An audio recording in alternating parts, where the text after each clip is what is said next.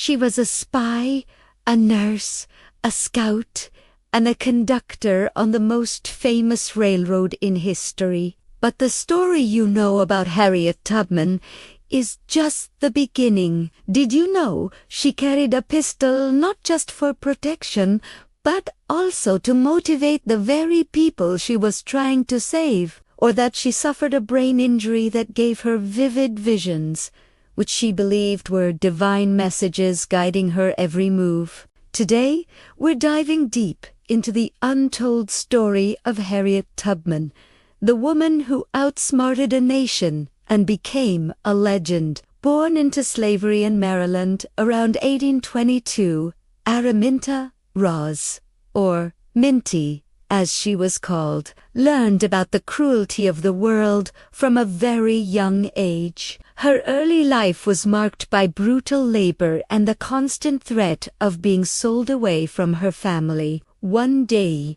a life-altering event occurred. An overseer threw a 2-pound metal weight at another enslaved person, but it struck young Minty in the head. This injury caused her to suffer from seizures, debilitating headaches, and narcoleptic episodes for the rest of her life. But it also triggered intense visions and vivid dreams, which she interpreted as premonitions from God. These divine messages, she believed, were her roadmap to freedom, a celestial guide in a world designed to keep her captive. In 1849, after hearing rumors that she and her brothers were about to be sold, Minty decided it was time to claim her freedom. She put her faith in her visions and the North Star and embarked on a perilous 90-mile journey to Philadelphia. She traveled by night, navigating through treacherous woods and swamps, relying on a network of safe houses and brave allies known as the Underground Railroad. When she finally crossed the Mason-Dixon line into the free state of Pennsylvania, she later recalled, "I looked at my hands to see if I was the same person. There was such a glory over everything. The sun came like gold through the trees and over the fields, and I felt like I was in heaven." But freedom wasn't enough if her family remained in bondage. This is where the legend of Moses truly begins. Over the next decade, Harriet Tubman would return to the South approximately 13 times, a feat of unbelievable courage. Each trip was more dangerous than the last, with slave catchers and a hefty bounty on her head, constantly threatening her mission. She was a master of disguise, sometimes dressing as an old woman, other times as a field hand. She used coded songs to communicate, with lyrics changing to signal danger or a clear path.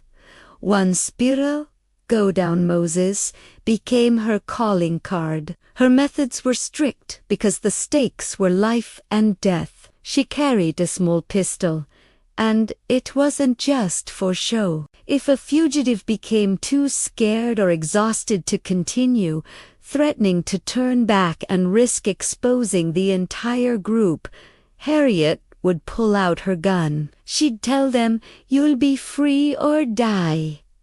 It sounds harsh, but for her, there was no turning back. Capture meant certain death or a fate worse than it for everyone involved. Her resolve was absolute. Thanks to her iron will and brilliant strategy, she famously never lost a single passenger on her railroad. She successfully guided over 70 people, including her elderly parents, to freedom. Harriet's genius was in her planning and knowledge of the natural world. She timed her escapes for Saturday nights, knowing that the newspapers wouldn't print runaway notices until Monday morning, giving her a crucial 2-day head start. She used her knowledge of herbs to soothe crying babies, preventing their sounds from giving away their location. She understood the swamps, the rivers, and the stars better than the men hunting her. She was always one step ahead, a ghost in the night that the slavers could never catch. They knew of a Moses who was stealing their property, but they never suspected it was a small, 5-foot-tall woman. When the Civil War erupted in 1861, Harriet saw a new path to liberation for all enslaved people. Her skills were too valuable to ignore. She immediately went to work for the Union Army, first as a cook and a nurse. Using her knowledge of folk remedies, she treated sick and wounded soldiers, saving countless lives from dysentery and smallpox. But her most significant contribution was yet to come. Her unique understanding of the southern terrain and her network of contacts made her the perfect spy. She recruited a team of former slaves to scout Confederate territory, gathering crucial intelligence on enemy movements, supply lines, and fortifications. They could move through the landscape undetected, trusted by the local enslaved population, who would share information they'd never give to a white Union soldier. Harriet became the leader of this espionage ring, providing General David Hunter with vital information. Her most daring exploit occurred in June 1863. Harriet Tubman became the first woman in U.S. history to lead an armed military raid. Working with Colonel James Montgomery, she guided 3 Union steamships up the Combahee River in South Carolina. She had precise intelligence on where Confederate torpedoes were planted in the river, allowing the ships to navigate safely. As the Union troops went ashore, setting fire to plantations and destroying Confederate supply lines, Harriet's call went out. Hundreds of enslaved people, seeing the ships and hearing the chaos, ran from the fields and fled to the riverbanks. Over 750 men, women, and children were liberated in a single night, a massive blow to the Confederacy and a triumphant moment for Harriet. She stood on the deck, watching them pile onto the boats, a real-life Moses leading her people to the promised land. Despite her incredible service, Harriet's fight for recognition was far from over. After the war, she received little compensation for her military service. For years, she struggled financially while continuing her life's work of caring for others. She established a home for the aged and indigent in her community of Auburn, New York. She was a fierce advocate for women's suffrage, working alongside leaders like Susan B. Anthony. She saw the fight for women's right to vote as a continuation of the fight for freedom and equality. When asked if she believed women should have the vote, she simply replied, "I've suffered enough to believe it."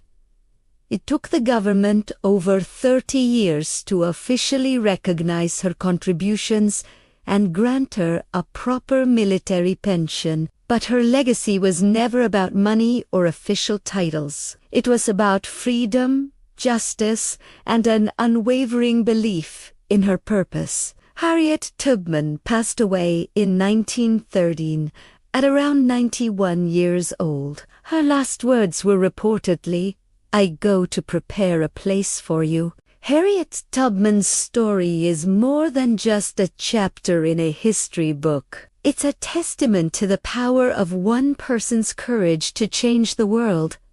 She wasn't just a conductor, she was a military strategist, an intelligence operative, a humanitarian, and a visionary. She outsmarted a system designed to crush her spirit, using her supposed weaknesses, her gender, her race, and even her physical ailments as her greatest strengths. She was a true American hero who fought not just for her own freedom, but for the freedom of all. What part of Harriet Tubman's incredible life story inspires you the most? Let me know in the comments below. Her legacy deserves to be shared, so please like this video and share it with someone who needs to hear her true story. And for more deep dives into the hidden figures of history, make sure you subscribe and hit that notification bell. Thanks for watching.